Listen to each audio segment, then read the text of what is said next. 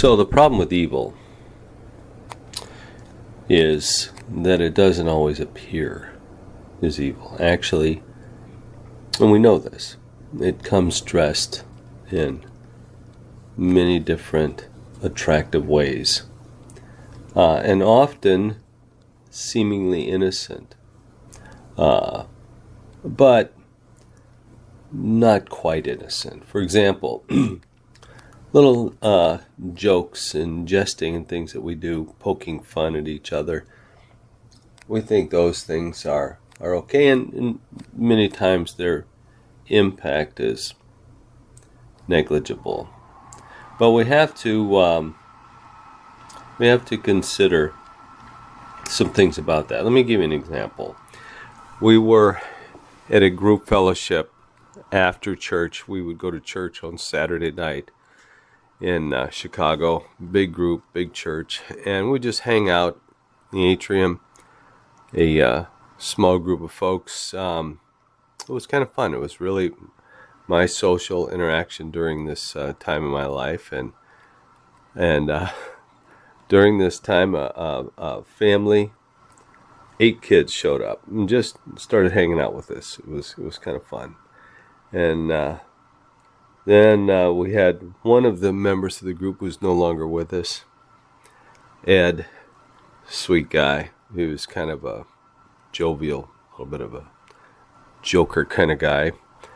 He looked at the oldest boy, who's about 8 years old in this group, and said, "Hey, come over here, give me 5." And the boy ran over there, man, and he just reached back and slapped him 5. The only problem was Ed, as he was just about to hit his hand, he lifted his hand up, and right behind his hand was one of the women in the group who was standing there, and that little 8-year-old boy just smacked her right in the butt. And she went, "Ooh, what was that?" And I saw the whole thing. I of course I didn't laugh at all, not one bit. I chuckled. What can I say? Just like you. I know some of you didn't think that was funny at all, and your husband's over there trying to not bust a gut.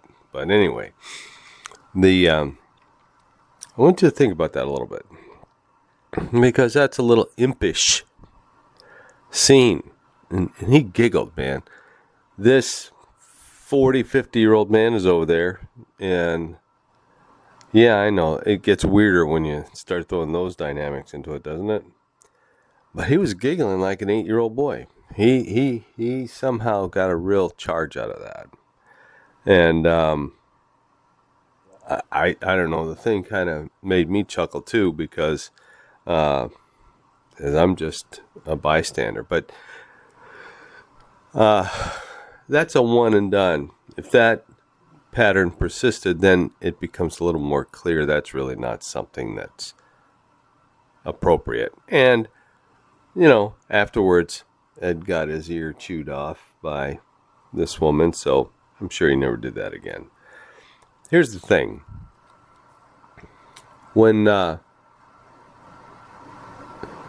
we see that, we see evil show up like that, we feel it. We know that something's not right, but it has an attractive element. Almost, and maybe analogous to what antifreeze smells like to dogs. I guess they really like the smell of that, so they'll go and lick it up and then die because it's poisonous. And I think in a very real way, we're attracted to some of these components of this impish nature that we have, and we're not aware of the evil component. And here's part of the reason I use that example is the dynamic of the bait and switch. So the evil perpetrator here, my buddy Ed, called out this innocent little boy and said, "Hey, give me 5." And the boy's thinking, "Oh, this is what I do with people. Men like to do that. It's a affirmation. It's a, hey, what's going on?" So he did that. kind of like Lucy and Charlie Brown and the kick the ball thing. It's a bait and switch. And the evil part was my buddy Ed was using this little boy to do something that wasn't appropriate, and thought it would be funny. And on the surface, we look at those things. That's what sitcoms are about. All these kind of circumstances and things that happen, and we look at, and these mishaps, and that we laugh at. But it's that bait and switch piece that we don't want to miss. That's what the enemy uses to A, get our attention, and then B, motivate us to action. And then C, there's the little twist where as we engage in the action, one of the things that was our assumption of the result isn't actually what's going to happen, because there's more information behind the scene than we're aware of. And I want to suggest that that's actually what took place in the Garden of Eden. That Adam and Eve were innocent. They were like this 8-year-old boy. They were in the garden. They were doing what God called them to do. They were having fellowship with God in the garden and with the divine council members in the garden. There were other divine beings in the garden. I believe the Bible is pretty clear about what that was when you do a deep dive on that. I don't think it's a far stretch any more than any other analysis of this to observe what took place, to consider the fact that the serpent, the Nakash, the being that perpetrated the deception in the Garden of Eden, was manipulating, was planning, was actually very likely grooming Adam and maybe Eve specifically for this moment. We don't have any indication that there was any surprise when this being started talking to them. So I think it's a valid assumption to consider the fact that they probably had previous conversations. And as a way of grooming, as a way of preparing for this interaction. And what the enemy said, what this being said, was not inaccurate. He didn't lie to them. He told them the truth. But what he, just like my friend saying, hey, give me 5, that was going to invoke the action, because the boy was going to slap his hand. The problem was he pulled his hand out of the way. The boy didn't know he was going to do that. And Adam and Eve were going to find out and receive the knowledge of good and evil, and they didn't die. They didn't physically die from that. But there were consequences that they weren't aware of, and that's a teaching point here. There were consequences they weren't aware of because of this action that they were deceived into. I don't think there was anything inherently, functionally deficient in who they are other than their ignorance. They simply weren't aware of the fact that deception was possible because they'd never been deceived before. This young boy trusted my friend because that was his disposition, was to trust. So why wouldn't they trust this being that's in the garden that God has placed them in? Then Eve follows her mind, her heart, and whatever else, and in her ignorance takes a bite of the apple and says, hey, Adam, here, this is good. And he's like, oh, okay, sure. Because he trusted her and trusted the garden. See, there's nothing in this dynamic to suggest any consequence, because they had not experienced any consequence before. Yes, he knew God told him not to do it, but what did that mean? There were no consequences for that. God said, in the day you do it, surely die, but he didn't know what death was. Did God explain to him in great detail what that was? Maybe to some degree because of the exaggeration that he put on it. But still, I believe this was a bait and switch in place by the enemy, and that Adam and Eve were completely innocent in their ignorance. And that was why they acted, not because of some inherent functional disconnect or desire to rebel against God. And I think that's I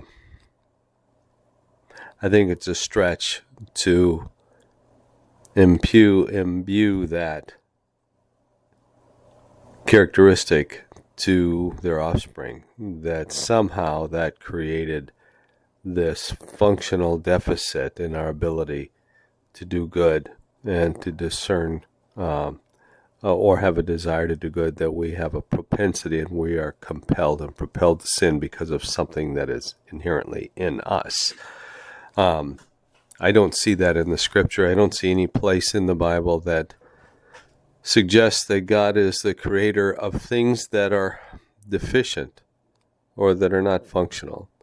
And inherent sin is not functional. And when I'm born, and when a child is born, that new creation is created by God. It is as pure a creation as Adam and Eve was when they were born, when God created them. He didn't create them with a flaw that would take place. He created them as in his image, as imagers, to carry out the purpose and plan that he gave for them.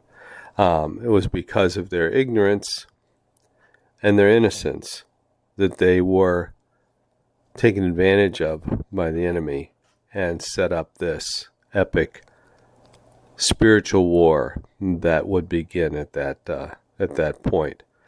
I believe that the Bible teaches, and I think if we do a close analysis of this, and this is what I hope to put forward in this book, that mankind has inherited two and only two things from their parents, Adam and Eve. And one is their DNA, their humanity,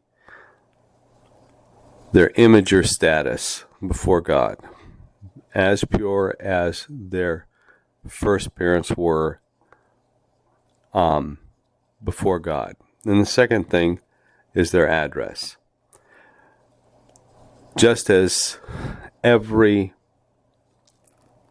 son and daughter of Adam from the beginning of time, Adam and Eve from the beginning of time, were created in their image, and therefore the image of God, they were also born into a world that is not in Eden anymore. That's their address. They're not in Eden. And they're in this world, and this world is infected by and managed by and dominated by this same perpetrator that deceived Adam and Eve. So it makes sense. It makes perfect, logical, fluidly effective sense when you look at how evil has perpetrated throughout the world to consider the fact that it is because of an external agent, and our exposure to this external agent from the time we were born, this external agent being intelligent evil. And this intelligent evil has one desire and one motive, and that motive is to eliminate mankind, its eradication, because of the enmity that was created by God in the garden between man and the serpent. The only way that the serpent, Nakash, and the subsequent demonic entities and fallen entities have any hope or capacity for survival is through the complete annihilation of God's creation. His image-bearing creation, mankind. He has to eliminate that from existence. That's his only hope. That's their only hope. So there's nothing. This has nothing to do, frankly, in one sense, with God. The battle isn't between Satan and God. The battle is between us and Satan, and in really round epic terms. So I just wanted to point that out, and that the technique for deception hasn't changed from the beginning of time, has an attractive appeal always, and always ends up with consequences, negative consequences. And those consequences vary from Charlie Brown falling on his back in a cartoon to someone else suffering some kind of hurt because of a deceit. Maybe minor, maybe a surprise, maybe a practical joke. And then that degree just goes off the board to accidental death and or dismemberment or other kinds of terrible things that can happen because of these impish actions that take place. In this book, I want to talk about and describe what these evil elements, if we want to call them evil elements, I'll figure out some terminology to work with and to maybe construct a way to talk about and look at these elements and add some clarity to this, as well as as how we deal with that scripturally, and how we're delivered from evil, and how to hate evil in that context. Okay, I think that's good for now.